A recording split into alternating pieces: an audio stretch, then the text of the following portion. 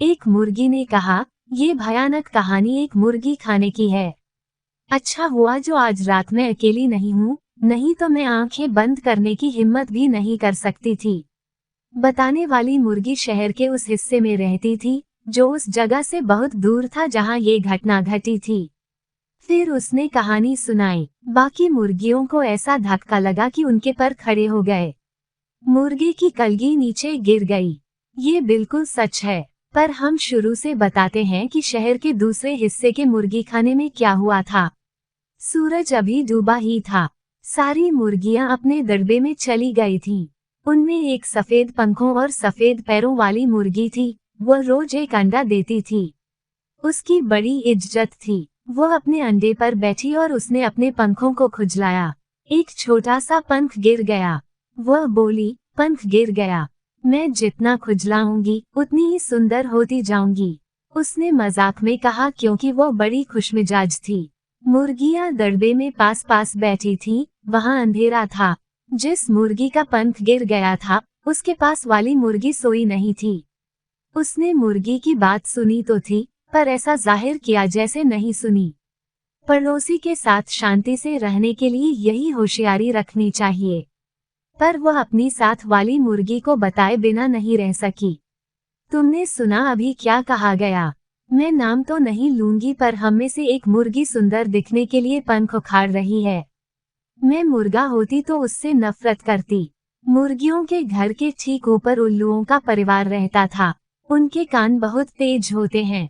उन्होंने मुर्गी की सारी बात सुनी। माँ ने आंखें चढ़ाई, पंख फड़फड़ाए और बोली, सुनो मत, पर मैं सोचती हूँ, सुने बिना भी कोई कैसे रहे। मैंने खुद अपने कानों से सुना है।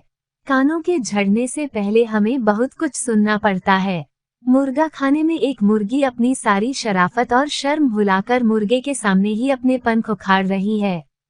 पिता ने कहा, चुप रहो, बच्चों को ये सब नहीं सुनना चाहिए। माँ बोली, पर मैं अपनी पड़ोसी को जरूर बताऊंगी। मैं उसकी बहुत इज्जत करती हूँ। और वो उड़ गई।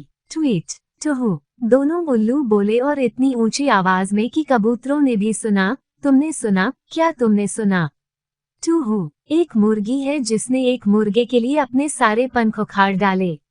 अगर वह अभी तक जिंदा है तो अब सर्दी से मर जाएगी। कबूतर बोले, कहाँ कहाँ? पड़ोस के दड़बे में। मैंने अपनी आंखों से देखा है। ये बड़ी खराब कहानी है, पर बिल्कुल सच है। हर शब्द सच है। कबूतरों ने दोहराया और अपने घोंसलों में ये कहानी सुनाई। एक मुर्गी है, कुछ लोग कहते हैं कि दो हैं, जिन्होंने औरों से अलग दिखने और एक मुर्गे को रिझाने के लिए अपने सारे पंख उखाड़ दिए हैं। उन्होंने बड़ा खतरनाक खेल खेला है, क्योंकि इससे उन्हें ठंड लग सकती है, किसी को बुखार भी आ सकता है। सुना है वे मर गईं, बल्कि दोनों। मुर्गा बाड़ तक गया और बोला, उठो उठो। उसकी आंखों में अभी तक नींद थी, पर फिर भी बोला, 3 मुर्गियां एक मुर्गे से प्यार न पाने के कारण मर गईं। उन्होंने अपने सारे पंख उखाड़ दिए थे। यह एक भयानक कहानी है, पर मैं इसे अपने तक न रखकर सबको सुनाऊंगा। चमगादड़ों ने भी कहा, सबको बताओ, सबको बताओ। मुर्गी मुर्गे सब बोलने लगे, सबको बताओ, सबको बताओ। इस तरह कहानी एक दड़बे से दूसरे में पहुंचती गई और फिर वापस उसी दड़बे में पहुंच गई जहां से शुरू हुई थी। अब ये कहा जा रहा था कि 5 मुर्गियों ने मुर्गे का प्यार न पाने के कारण अपने अपने पंख उखाड़ दिए, ताकि वे कमजोर दिखें। फिर वे एक दूसरे को चोंच मारती रहीं, यहाँ तक कि खून बहने लगा और वे सब मर गईं।